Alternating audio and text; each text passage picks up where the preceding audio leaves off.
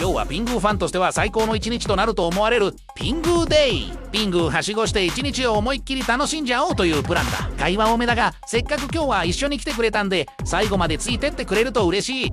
もう始まっているではないか。まずはどこから話したらいい？今からピングー店行く人はネタバレになるからすぐにここから離れてくれ。本日の主役はピング。スイス発のクレイアニメで南極に暮らす皇帝ペンギンの男の子。ピングー語という翻訳不能なのに理解可能な謎言語を操り、いたずら、反省、逆ギレ、号泣まで粘土の全身表現だけで完璧にこなす演技派です。さらに妹のピンが、親友のロビ、そして例のラッパ型くちばし。それはさておき、今日はまさかのはしごでピングー。嬉しいな。だったらさあ問題です。ピングーの持っている風呂敷には何が入っているか知ってるかな？チクタクチクタクチクタク。正解は魚とぬいぐるみだ。これは初級クイズ。風呂敷姿から連想されるのは第14話ピングーの家出ですが、熊への重すぎる愛が本格的に判明するのはピングーの一人旅。お泊まり先で熊を忘れたことに気づきメンタルが終了します。以上には引っ張って魚を釣ったりボタンを押して動かしたりと映像で楽しめるピングーがたくさん。ちょこちょこ動くたびに表情も仕草も全部可愛くて、もうどこを見てもピングー、どれを見ても可愛すぎる。完全に視線が足りません。忙しい。こちらのただの背景小物ではございません。初期の名作ピングーの喧嘩に登場する友情と事故と再利用精神が詰まった重要アイテムです。ピングーとロビが壊れた樽で遊び倒し、隠れる、転がる、ぶつける、泣くという5分間で感情が大渋滞。そしてピングーは樽の輪っかを腰に装着し、まさかの即席フラフープを開始、廃材を遊具に変え、さらに泣いている親友まで笑顔にする。ピングー、遊びの発想力とメンタルケア能力が高すぎます。自分の声を録音するとまさかのピングー語に変換されるマシンも。ピングースロットが面白すぎる。絵柄が揃うだけなのにピングーが出るたび脳内でファンファーレ。景品より推しが止まる位置に全神経を集中します。景品はないよ。こちらピングー家でおなじみの謎のモシャモシャ、正体は海藻です。しかも登場するのは記念すべき第1話ピングー登場。海藻嫌いのピングーはストローで吸って食べたふりをし、そのままトイレへ直行して証拠隠滅。愛情では大きなピングーにも会えます。さらにタイミングが合えばピングとピンが本人まで登場するらしいんですが、この日は不在。ここまで来て会えないの残念すぎる。ここはもうピングー界のオールスター感謝祭。主役のピングー、妹のピンが、親友のアザラシロビ。最後はピングーたちの動きを真似する参加型映像。ただし動きが想像の3倍激しくて、こちらは開始数秒で完全に置いていかれます。ピングー、運動量がアスリート級。そして今回一番楽しみにしていたのが限定グッズのお買い物。何を買ったのかは動画の最後に購入品をまとめて紹介します。そこから東海道新幹線に乗り換えて新横浜へ。移動時間はだいたい30分前後。ピングー店の余韻に浸る暇もなく、オタク推しのためなら新幹線まで使います。交通費よりピングー、時間よりピングーです。新横浜に到着。まだ少し時間があるのでオタクの勘を頼りに絶対どこかにあるはずのピングーガチャを捜索します。こういう時だけ探索能力が急にプロ級です。可愛すぎる。ピングーグッズを抱えすぎていたらホテルの方がまさかのレストランまで案内してくれました。大感謝。入り口にピングー、席にもピングー、見渡す限りピングー。オタク情報量と幸福度が同時に限界突破です。限定夏祭りステッカーゲット。メニュー表までピングー仕様。まずはソーダを注文して待ち時間も無駄にはしません。店内のピングーたちを見学しに行ったら、ここにもピングー、あっちにもピングー。ドリンクが来る前からもう満腹です。ピングー店で売り切れていた人気商品たちがここにある。羨ましい。それではここからピングー夏祭りアフタヌーンティー。可愛いだけで終わらず、どの料理にも夏祭り要素とピングー要素が細かく仕込まれていて、オタクの確認作業が一向に終わりません。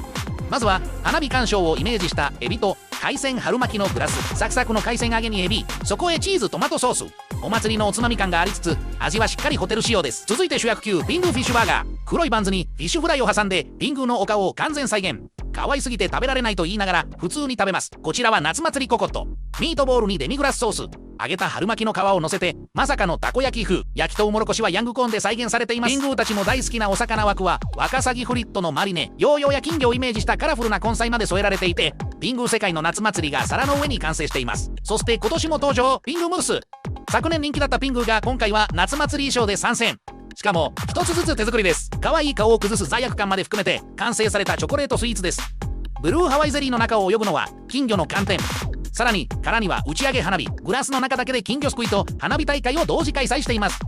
バニラのクレームブリュレは夏祭りらしく提灯スタイル。見た目は完全に屋台、食べると濃厚なホテルスイーツ。情報の高低差がすごいです。こちらはうちわ型のクッキー。単体でも可愛いですがピングームースに持たせると一気に祭り参加者になります。オタク食べる前に撮影が止まりません。ピンガはお花でおめかししたレアチーズムース。ピングーより少し華やかで妹らしさ全開。兄弟を並べると可愛さの圧が一気に上がります。夏祭りの定番リンゴ飴はムースに変身。リンゴムースをラズベリーゼリーで包んで、見た目はツヤツヤのリンゴ飴。屋台で売っていたら二度見する完成度です。こちらは新横浜のお祭りデザインマカロン。味はバニラ、見た目はご当地限定。いちごとラズベリーの甘酸っぱいムースでヨーヨーを再現。食べ物なのに見た瞬間つい指を引っ掛けたくなる。もちろん引っ掛けたら終了です。こちらはロビモナカ。ロビが遊んでいるボールを白玉で再現し、中にはあんこ、キャラクターの生態までスイーツに落とし込む設定回収が細かすぎます。ここで一度正統派のフレッシュスイカ。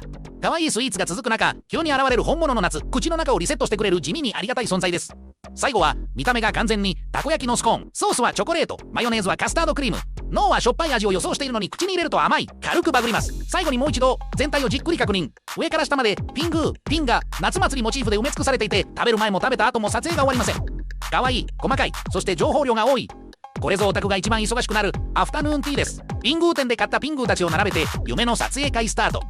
展覧会の余韻とアフタヌーンティーの幸福感がここで合体して、オタクついに自分だけのピングー祭りを開催します。そしてようやく実食タイム。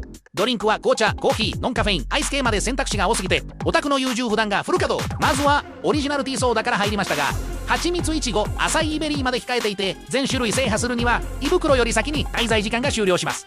どれも美味しい。でも最後は甘い。結局甘いものにはコーヒー。これはもう解釈一致です。来年はぜひしょっぱい甘い、しょっぱい甘いの永久期間を組ませてください。ピングーを眺めながら塩分と糖分を交互に摂取したい。それがオタクの切実な願いです。そしてようやくオタクの本編購入品紹介タイムです。まずは1回1500円のピングーくじで当たった3頭のぬいぐるみ。3頭なのにサイズも存在感もかなりしっかりしていて、抱えた瞬間にこれ本当に3頭でいいんですか状態。くじ系は結果が出るまで心拍数が上がりますが、ピングーが来た時点で実質大当たりです。続いてピングーのロングタオル。鮮やかなブルーの生地に歩くピングー、転ぶピングー、寝転ぶピングーなど、こちらの紙袋は1人1枚だけ購入できる限定デザイン。ピングーのラゲッジタグは一見すると大きくピングーと書かれたデザインですが、近くで見るとその文字自体がたくさんのピングーで構成されています。こちらのペットボトルカバーはピングー店限定。そしてこのシール、透明感のあるぷっくりしたドーム型パーツの中にピングーが入っていて立体感あり、このカラビナは売り切れの気配を察知した瞬間、頭で考えるより先に手が動いて反射的にカゴへ入れていました。手触りまで可愛いベロア生地のピングー。ピングー店限定の落ち着いたグレーの色合いのピングー。いつもの黒を基調にしたピングーとは印象が違い、こちらはピングーとピンガのスプーン兄弟でデザインが揃っていて、2本並べると完成度が一気に上がります。おにぎりピングーが描かれたクリアファイル。ピングーがおにぎりになっているという可愛いもの同士を組み合わせた強すぎるデザインです。さらにピングー店限定のグレーカラーのクリアファイルも購入。最後はこちら、ガチャガチャで獲得したピングーたち。カプセルを開ける瞬間の緊張感、少しずつ増えていく仲間、そして同じシリーズを並べた時の統一感。狙っていたデザインが出るまで回したくなりますが、結局どのピングーが出ても可愛いので外れという概念がありません。以上、最初は少しだけ買うつもりだったのに、気づけばぬいぐるみ、タオル、紙袋、ラゲッジタグ、ペットボトルカバー、シール、カラビナ、スプーン、クリアファイル、ガチャ景品までピングー店の思い出をほぼ物理的に持ち帰っていました。展覧会が終わってもオタクの余韻は物販によって自宅まで延長されます。チャンネル登録よろしくね。